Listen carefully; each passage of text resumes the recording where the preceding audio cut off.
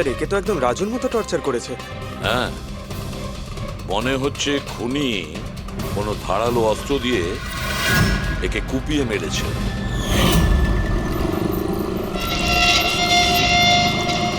মনে হচ্ছে খুনি পেছন দিক থেকে পালিয়ে গেছে।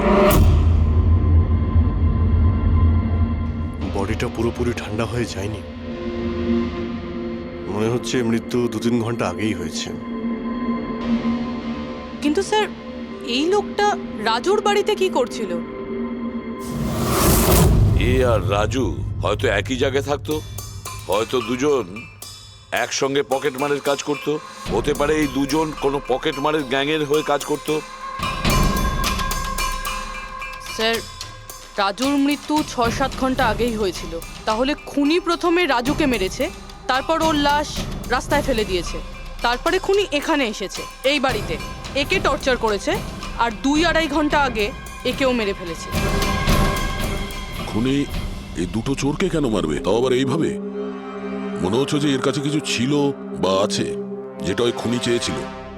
কিন্তু এরা তো ছোটখাটো চোর, ওর দরকারে এমন কি থাকতে পারে? না, কিছু তো চাই খুনির, যা ও খুঁজে বেড়াচ্ছে। এটা কি করে জানতে পারবো যে যার জন্য ও এখানে এসেছিল সেটাও পেয়েছে কিনা? একটা কাজ করি আমরা, আশেপাশের সমস্ত প্রতিবেশীদের জিজ্ঞাসাবাদ করো, কেউ না কেউ তো দেখে থাকবে, কেউ কিছু যদি শুনে থাকে। শিবা আর রাজু এখানে বস্তিতে থাকতো, কেউ খুব নৃশংসভাবে ওদেরকে মেরে দিয়েছে, আর কেউ কিছু শোনেনি। কোনো অচেনা লোককে এই বাড়িতে আসা যাওয়া করতে দেখেছিলে? না ম্যাডাম। বোকা ভেবেছেন আমাদের? আপনাদের ঘরগুলো এত কাছাকাছি আর কেউ কিছু দেখেননি, শোনেননি? কি করে সম্ভব? সেরকম কোনো ব্যাপার নয় স্যার, আপনি বাকি লোকেদের কথা জিজ্ঞেস করলে বলতে পারি, কিন্তু কিন্তু কি? এই রাজু আর শিবার ব্যাপারে কেউ কিছু জানে না স্যার, আর ওরাও বেশি কারুর সাথে মিশতো না, তাই আমরাও ছেড়ে দিয়েছিলাম। কত আর গায়ে পড়ে কথা বলা যায়? হ্যাঁ স্যার, ওরা ঠিকঠাক ছিল না, উল্টোপাল্টা লোক ওদের বাড়ি আসতো, 2বার তো পুলিশও এসেছিল, তাই আমরা ওদের সঙ্গে মিশতাম না। আজে বাজে লোক, মনে হচ্ছে এদের কোনো পকেট মারের গ্যাং আছে। আচ্ছা, এই লোকগুলো কোথায় কাজ করতো কেউ জানেন এ ব্যাপারে? স্যার কি কাজ করে তা তো জানি না, কিন্তু সামনে একটা সার্কেল আছে, ওই সিগন্যালের ওখানেই বসে থাকে সারা রাত। আচ্ছা,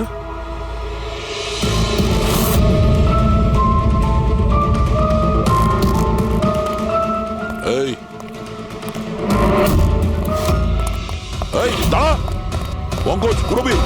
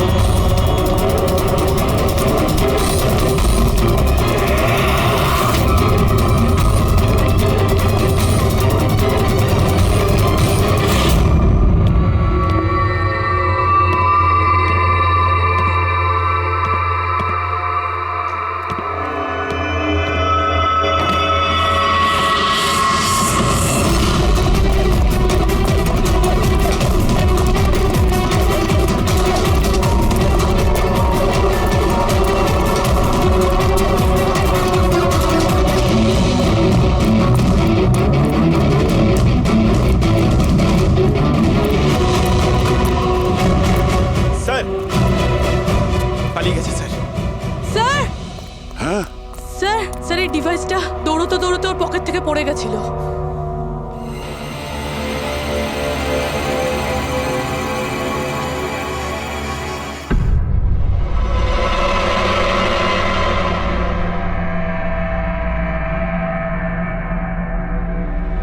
অভিজিৎ, তুমি একদম ঠিক কথা বলছো। ওইখানে সিঁড়ির ওপর যে জুতোর চিহ্ন ছিল সেইটা, আর এই জুতোর চিহ্নগুলো, এই দুটোই আলাদা। খুনির কোনো সাথীও ছিল, ওরা দুজন ছিল। স্যার বাইরের একটা লোক একটু গন্ডগোলের মনে হলো, তার পেছু নিলাম। ও তো পালিয়ে গেল স্যার, কিন্তু পালানোর সময় ওর কাছ থেকে গিগার কাউন্টারটা পড়ে যায় sir. Geiger counter, radio way measure করার ইনস্ট্রুমেন্ট, এইটা এমন দামি ইনস্ট্রুমেন্ট চোরেদের কাছে আসলো কি করে? একটু দেখো তো। বস, এরকম জিনিস তো আমি প্রথমবার দেখছি। এটা কোনো এক্সপার্ট দিয়ে কনফার্ম করি। স্যার একটা কথা আমি বুঝতে পারছি না, এই লোকটা 3 ঘন্টা আগে মারা গিয়েছে, আর ওই যে লোকটা এক্ষুনি পালিয়ে গেছে যার হাতে ওই গিগার কাউন্টার ছিল, ও এখানে কি খুঁজছিল? সেটাই খুঁজছে যেটা এখন পর্যন্ত পায়নি ও। আমাদের চলে যাওয়ার জন্য অপেক্ষা করছিল ওরা। এই গ্যাংয়ের খোঁজ নিতে হবে, সেখান থেকেই জানা যাবে এরা কি চুরি করেছিল।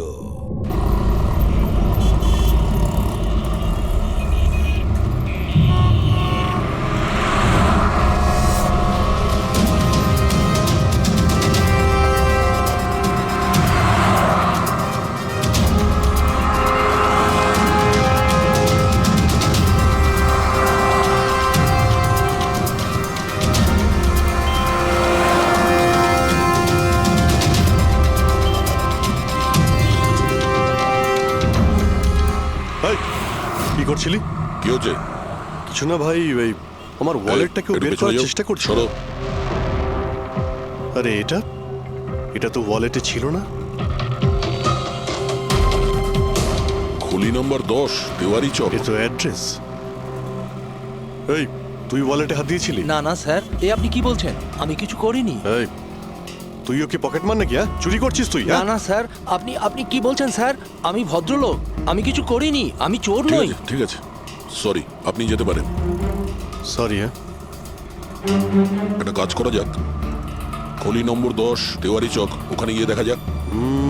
জানি না ভাই, এমন মনে হলো যে কেউ পিছন থেকে হাত দিচ্ছিল পকেটে।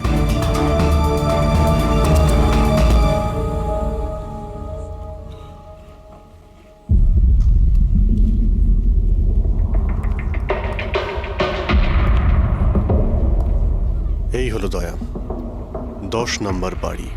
চলো গিয়ে দেখি।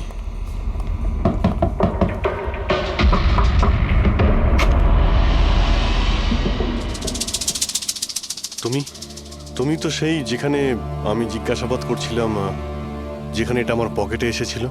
আগে স্যার, আমার নাম প্রকাশ। আমি হলাম সেই ব্যক্তি যাকে আপনারা খুঁজছেন। আসুন স্যার।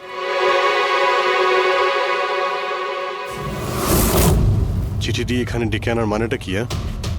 রাজু আর শিবাকে তুমি? না না স্যার, ওটা আমি নই।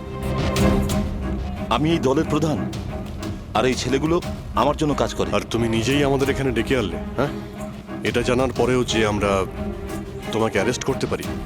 স্যার, রাজু আর শিবার কেসটায় আমি আপনাদের সাহায্য করতে পারি।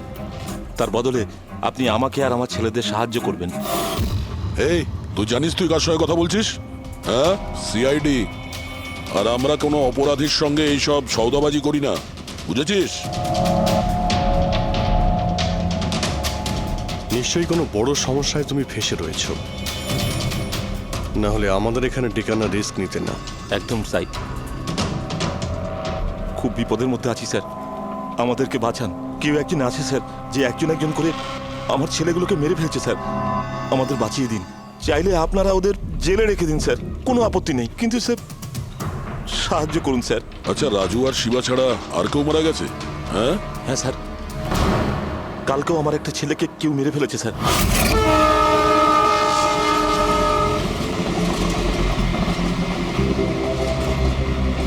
একে কেউ একে চেনে? হ্যাঁ সাহেব, এ তো আমাদের এই সিগন্যালের সার্কেলটার ওখানে ভিক্ষে করতো। এ তো ভিখারি। এ ভিখিরি নয়, পকেট মার। তাছাড়া ওর জামা কাপড় থেকে ভীষণ মদের গন্ধ আসছে। মনে হয় মদ খেয়ে ও কিছু ঝামেলা পাকিয়েছিল। ছোটখাটো পকেট মারছিল, এই জন্য পুলিশও কিছু করেনি। মরে গেছে তো গেছে, মদ খেয়ে ঝামেলা করছিল আর এই বলে কেস বন্ধ করে দিয়েছে। কিন্তু স্যার আমি জানি রাকেশ এই ধরনের কিছু করবেই না স্যার। ও ও মদ ছুঁয়ে পর্যন্ত দেখতো না স্যার। স্যার, কেউ ওকে মেরে ফেলেছে আর এমন দেখিয়েছে যেন মদ খেয়ে খুব ঝামেলা করেছে ও। আর তারপরে ওই শিবা আর রাজু। না, তোমরা কিছু তো করেছিলে, যার জন্য এক এক করে তোমাদের কেউ মারছে। জানি না, জানি না স্যার। আমি একদম বুঝতে পারছি না এসব কিভাবে হচ্ছে স্যার। সেটা আমরা জেনে যাব। তুমি এখন শুধু আমাদের নিজের গ্যাং সম্পর্কে সবকিছু বলো, কিচ্ছু লুকোবে না। Okay sir. স্যার, আমরা পকেটমারি আর ছোটোখাটো চুরি চামারি করি। এই শহরে যতগুলো ট্রাফিক সিগন্যাল আছে ওখানে আমারই সব ছেলেরা থাকে, তাও প্রায় 150 জন হবে। মানুষ একটু বেখেয়াল হলেই আমরা চুরি করে নিই, আর চুরি করে সব মাল এক জায়গায় হয়, সব আমার কাছে আসে, ওখান থেকে আমি আমার ভাগটা বুঝে নিই, আর বাকি যা পড়ে থাকে ছেলেদের মাঝে ভাগ করে দিই স্যার। খারাপ কাজের খারাপ ফল। লোকের কষ্টের টাকা মারছিস, হ্যাঁ? আর এখন নিজে বিপদে পড়েছিস বলে আমাদের ডাকলি। নিশ্চয়ই তোমার ছেলেরা এমন কোনো কাজ করেছে যার মূল্য ওরা নিজের জীবন দিয়ে শোধ করছে। স্যার, উপকার করুন স্যার। আপনারা চাইলে স্যার এই নিন, এখানে অনেক টাকা আছে, যত টাকা চাই না এই নিন স্যার। স্যার এই নিন, চাইলে আপনারা সব টাকা নিয়ে যান। এসব করে তোমরা শাস্তির থেকে রেহাই পাবে না, তোমাদেরকে কেউ বাঁচাতে পারবে না। জেল যেতেই হবে তোমাদের, বুঝলে? ঠিক আছে স্যার, জেলে যাব তাতে আপত্তি নেই স্যার, অন্তত বেঁচে তো থাকবো। এই রাজু, শিবা আর রাকেশ, এরা তিনজন তোমায় কখনো বলেছিল তাদের শত্রুদের ব্যাপারে, বা এমন কোনো কথা যা এদের তিনজনের মধ্যে কমন ছিল? না স্যার, এরকম কিছুই বলেনি ওরা। তোমার এই তিনজন এরা কোন এরিয়ায় পকেটমারি করতো? বাইরে সার্কেলের ওখানে, ওই যে সিগন্যাল আছে না ওইখানে। এরা তিনজন ওই সার্কেলের সিগন্যালের মধ্যে কি, মানে এই সিগন্যালে কি পকেটমারি করতো? আগে স্যার। তার মানে খুনি ওই সমস্ত পকেটমারদেরই খুন করছে যারা ওই সার্কেলে পকেটমারি করতো। কিন্তু স্যার ওই সিগন্যালের কাছে আরো 10টা ছেলে কাজ করে। খুনি ওদের কাছে পৌঁছানোর আগেই আমাদের ওই ছেলেদের কাছে পৌঁছতে হবে।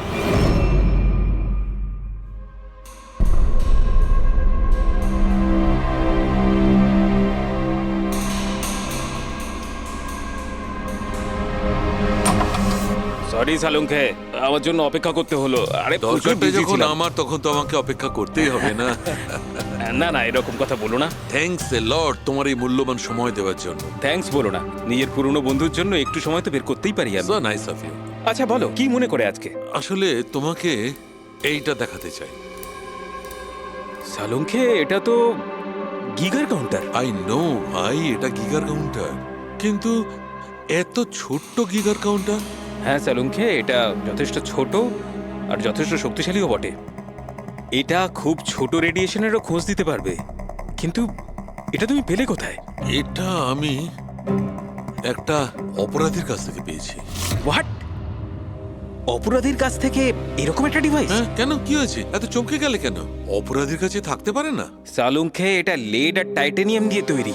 এটার কোডও ক্র্যাক করা সম্ভব নয়, আর এটাকে কোনোভাবে নষ্টও করা সম্ভব নয়। ইউনো, এরকম ধরনের ডিভাইস তো আমাদের ল্যাবেও নেই। তো তোমার কি মনে হয় এটা ও কোত্থেকে পেয়েছে? সরকার, গভর্নমেন্টের কাছ থেকে। সরকারের কিছু বিশেষ লোকের জন্য এই ডিভাইস তৈরি করা হয়েছে। সাধারণ মানুষ তো এটার ব্যাপারে কিছু জানেই না। সরকার, গভর্নমেন্ট, তার মানে গভর্নমেন্ট সিক্রেট এজেন্ট।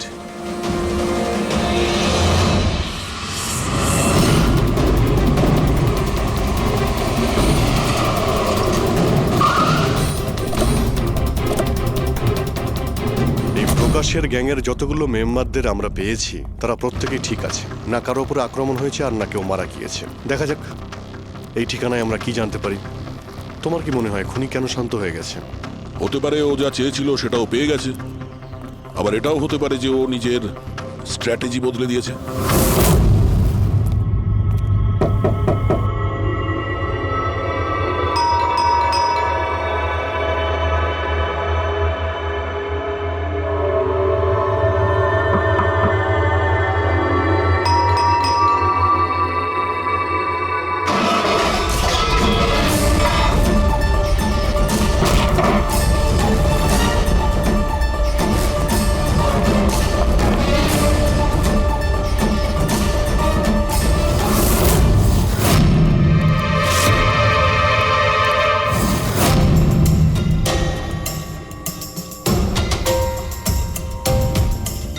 স্যার যদি তা সত্ত্বেও আপনার আমার কথা বিশ্বাস না হয় তাহলে এই রইল রয়ের বসের নাম্বার। আপনি এনার সঙ্গে কথা বলে আমার সম্পর্কে যা ইনফরমেশন চান নিতে পারেন। প্যাট্রিক,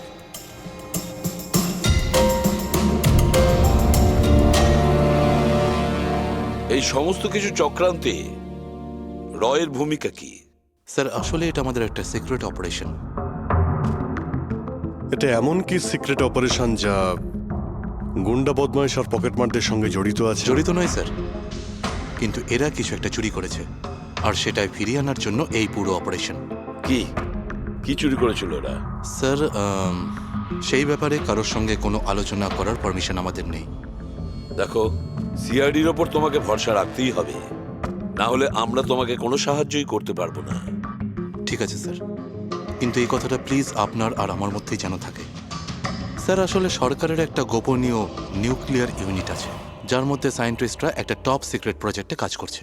এই প্রজেক্টের ব্যাপারে বেশি লোকজন জানে না, কিন্তু সেখানকারই একজন এমপ্লয়ি কম্পিউটারের ডেটা হ্যাক করে সব ইনফরমেশন চুরি করে নিয়েছে। স্যার ওকে আমরা ধরতে চাইছিলাম, কিন্তু তার আগেই ও সমস্ত ইনফরমেশন নিয়ে পালিয়ে গেছে। ইন্টেলিজেন্স রিপোর্ট অনুযায়ী সেই সমস্ত ইনফরমেশন একটা পেন ড্রাইভে কপি করা হয়েছে। ওই পেন ড্রাইভের মধ্যে নিউক্লিয়ার প্ল্যান্টের সমস্ত ইনফরমেশন রয়েছে। ওই পেন ড্রাইভের দাম এখন কোটি টাকার। যদি ভুল করেও ওই পেন ড্রাইভ কোনো ভুল লোকের হাতে চলে যায় তাহলে দেশের মারাত্মক ক্ষতি হয়ে যাবে। আমার মিশন ওই পেন ড্রাইভটা ফিরিয়ে আনার। তদন্ত কত দূর এগিয়েছে? স্যার এখনো পর্যন্ত যে ওই পেন ড্রাইভ আর ইনফরমেশন চুরি করেছে তাকে আমরা ধরে ফেলেছি। ওর নাম হলো মেহুল, কিন্তু ও ওই পেন ড্রাইভটা একটা ব্যাগের মধ্যে রেখেছিল আর ওই ব্যাগটা এখন চুরি হয়ে গেছে। ও, আর যে চুরি করেছিল সে পকেটমার গ্যাংয়েরই কোনো মেম্বার? হ্যাঁ স্যার, কিন্তু মেহুল এই ইনফরমেশন আমাদের দেওয়ার আগে ওর বসের সাথে এই ইনফরমেশন শেয়ার করেছিল। আর এখন মেহুলের বস পকেটমারদের প্রাণে মেরে দিচ্ছে। ইয়েস স্যার, এখন রয়ের টিম আর মেহুলের বসের টিম ওই পেন ড্রাইভটা খোঁজার চেষ্টা করছে। আর বলির পাটা হচ্ছে পকেটমার। Yes sir. স্যার, হ্যাঁ, র চিফ মিস্টার বিজেন্দ্রর সাথে কথা হলো। বিক্রম একজন রয়ের এজেন্ট। উনি রিকোয়েস্ট করেছেন যে এই মিশনটায় আমরা ওকে সাহায্য করি। আচ্ছা।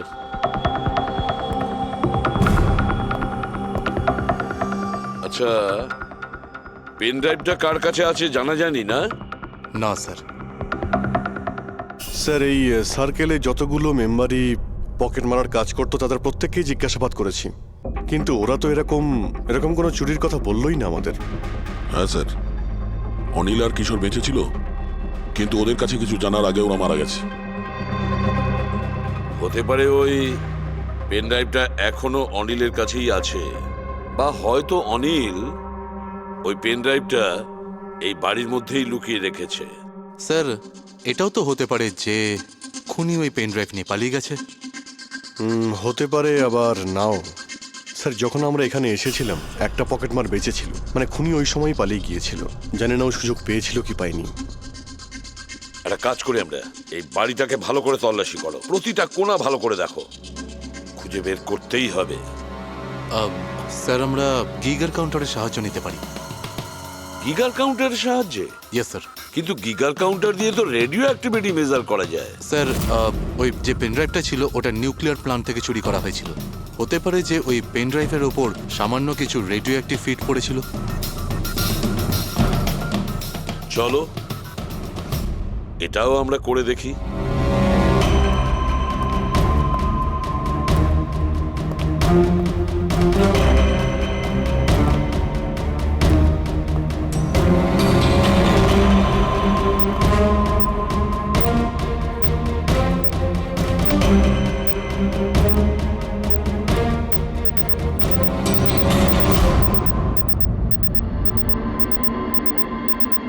স্যার, হ্যাঁ, এই ব্যাগটার থেকে আওয়াজ আসছে। দেখো ব্যাগটার ভেতরে, তাড়াতাড়ি।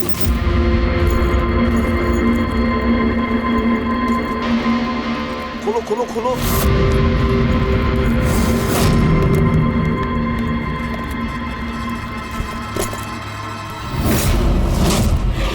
না স্যার, এটা কিভাবে সম্ভব? গিগার কাউন্টার তো বলছে ব্যাগটার ভেতরেই আছে। না, কিছু না কিছু গোলমাল নিশ্চয়ই আছে। স্যার যদি একবার পেন ড্রাইভটা ওদের হাতে চলে যায় তাহলে সেটা ফিরে পাওয়া খুব মুশকিল হয়ে যাবে। না, এই পেন ড্রাইভটা ওদের হাতে পৌঁছাবে না। এই বাড়িটাকে ভালো করে আবার চেক করো গিগার কাউন্টার দিয়ে। চলো।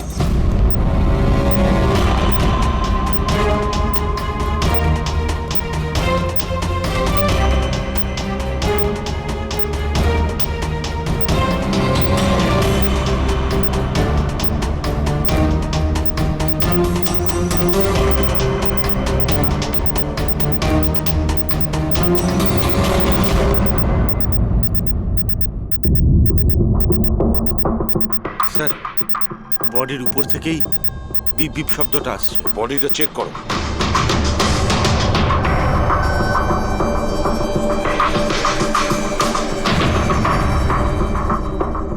স্যার, জামার ভেতরে তো কোনো পেন ড্রাইভ নেই। যদি পেন ড্রাইভটা জামা কাপড়ে না থেকে থাকে তাহলে কি pen ড্রাইভটা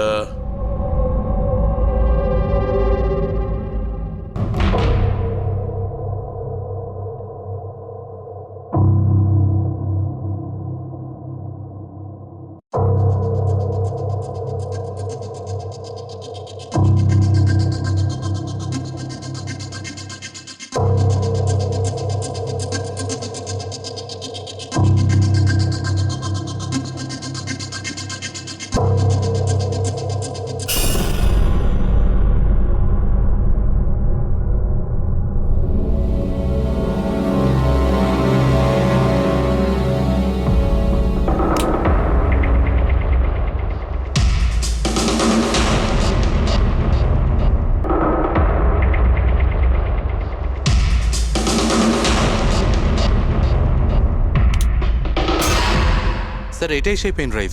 thank you so very much আমার মিশন কমপ্লিট করার জন্য। But I am really sorry, এটা আমি আপনাদের দেখাতে পারবো না। I hope you understand. কোনো ব্যাপার না। আমি একবার আমার বসকেও ইনফর্ম করে দিই। হ্যাঁ, হ্যালো, হ্যাঁ স্যার, পেন ড্রাইভ পেয়ে গেছি। ইয়েস স্যার, এক্ষুনি। Alright sir, okay. স্যার আমাকে এই পেন ড্রাইভ আর গিগার কাউন্টার এক্সচেঞ্জে জমা দিতে হবে। আমি আসি এখন। ইয়া,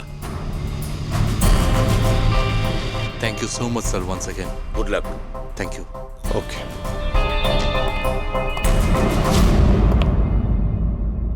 এই পেন ড্রাইভ তো পাওয়া গেল স্যার, কিন্তু খুনি এখনো উধাও। ওর জন্য কোনো জাল বিস্তার করতে হবে স্যার। হ্যাঁ, কি অদ্ভুত ব্যাপার স্যার, একটা একটা পকেট মার পেন ড্রাইভের জন্য নিজের প্রাণ দিয়ে দিল। সেটাই তো বুঝতে পারছি না। ফেডরিক ঠিকই বলেছ, একজন পকেট মার পেন ড্রাইভের জন্য নিজের প্রাণটাও দিয়ে দিল। ওই পেন ড্রাইভটার ব্যাপারে ও কিছুই জানতো না।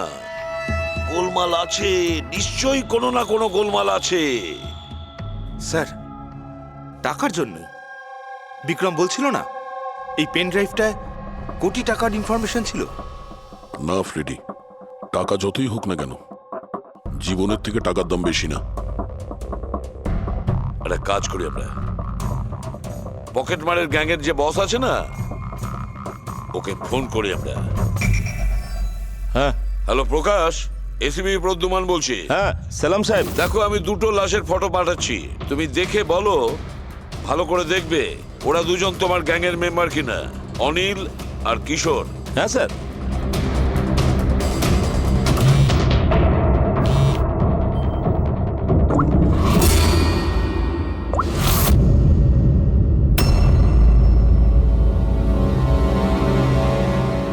স্যার, এই প্রথম ফটোটা যেটা পাঠিয়েছেন সেটা অনিলের।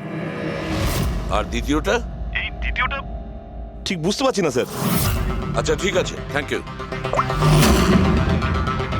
দ্বিতীয় জন কিশোর নয়, তাহলে ও কে? যে পেন ড্রাইভ গিলেছিল আর নিজের প্রাণটা দিয়ে দিল?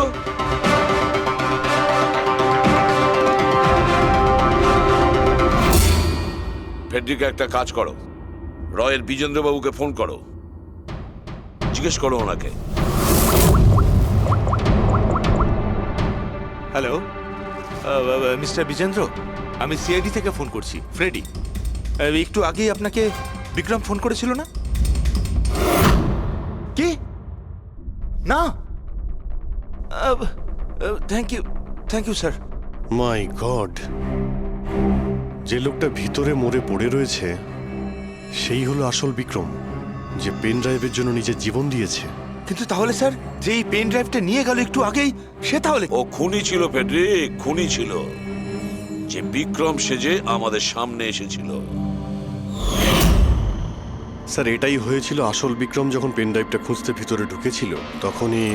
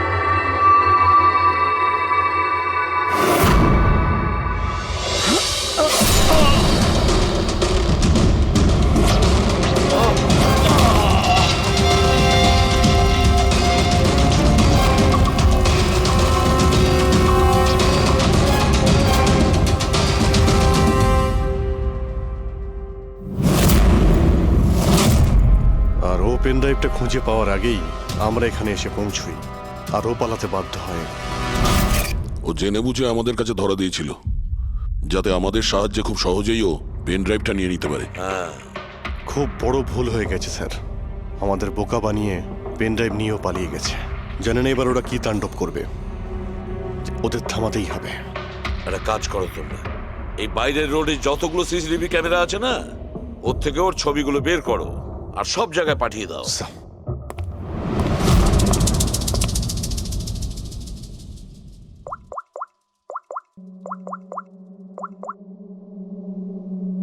হ্যাঁ স্যার। প্রকাশ, এসিবি প্রদ্যুমান বলছি। নিজের অপরাধের প্রায়শ্চিত্ত করতে চাও?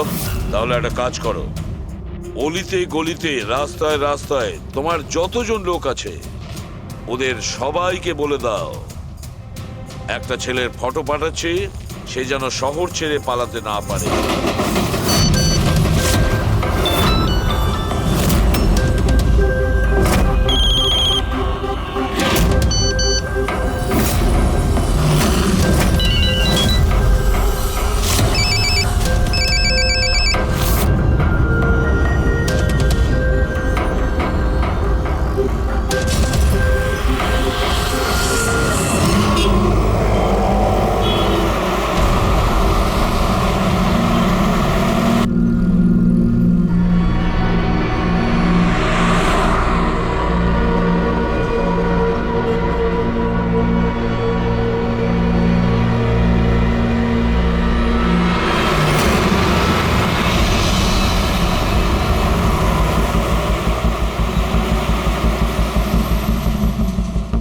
আরে এটা সেই লোকটাই না?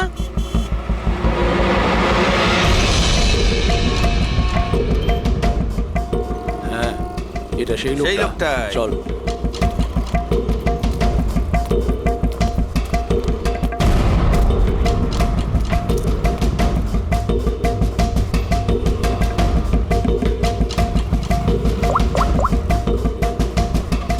হ্যাঁ দাদা, পেয়ে গেছি। এখানে দাঁড় করাতে পারিনি, কিন্তু আগের সিগন্যালে দাঁড়াবে, ওর সাইলেন্সারে কাপড় দিয়ে দিয়েছি।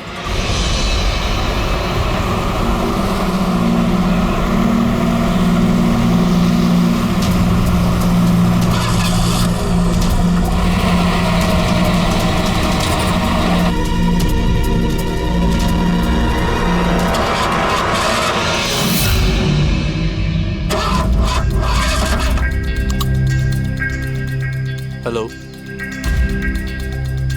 হ্যাঁ প্যাকেজ আমার কাছেই আছে। হ্যাঁ, আমার গাড়ি খারাপ হয়ে গেছে, একটু সময় লাগবে, কিন্তু আমি পৌঁছে যাব। হ্যাঁ, ওকে ওকে।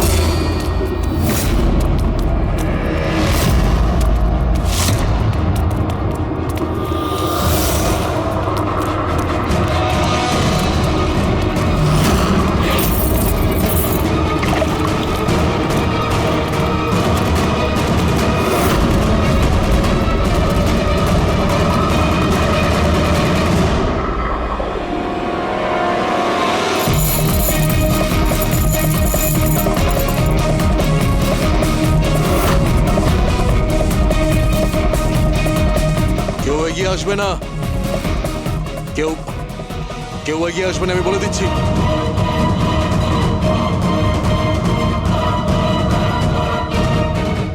হ্যাঁ, পিছিয়ে যাও।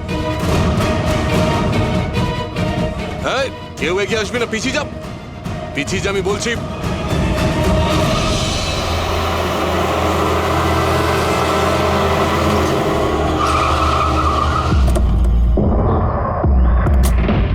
সরো, সরে যাও সবাই। দেখি সরো, সরে যাও সবাই, সরে যাও। পিছিয়ে যাও, সবাই পিছিয়ে যাও।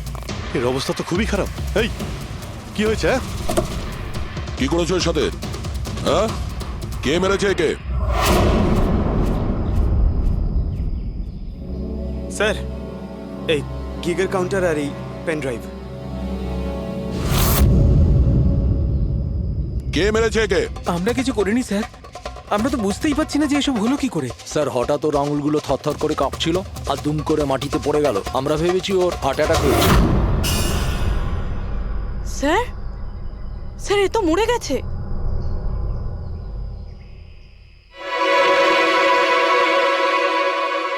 দয়া, এই দেখো সেই আংটিটা। এই ছুঁচের মধ্যে বিষ ছিল, আর এইটা এই আংটির মধ্যে। আর বস, যদি আংটিটা এভাবে ঘোরানো হয়, এই পিনটা বাইরে বেরিয়ে আসে। আমাদের অর্গান গ্যাংয়ের চোখ সিআইডি বন্ধ করে দিল। এটা তো ওই অর্গানাইজেশনের লোক মনে হচ্ছে। এটা কারা হতে পারে আর কি চায়? আর জানি না এখানে কি কি হতে চলেছে।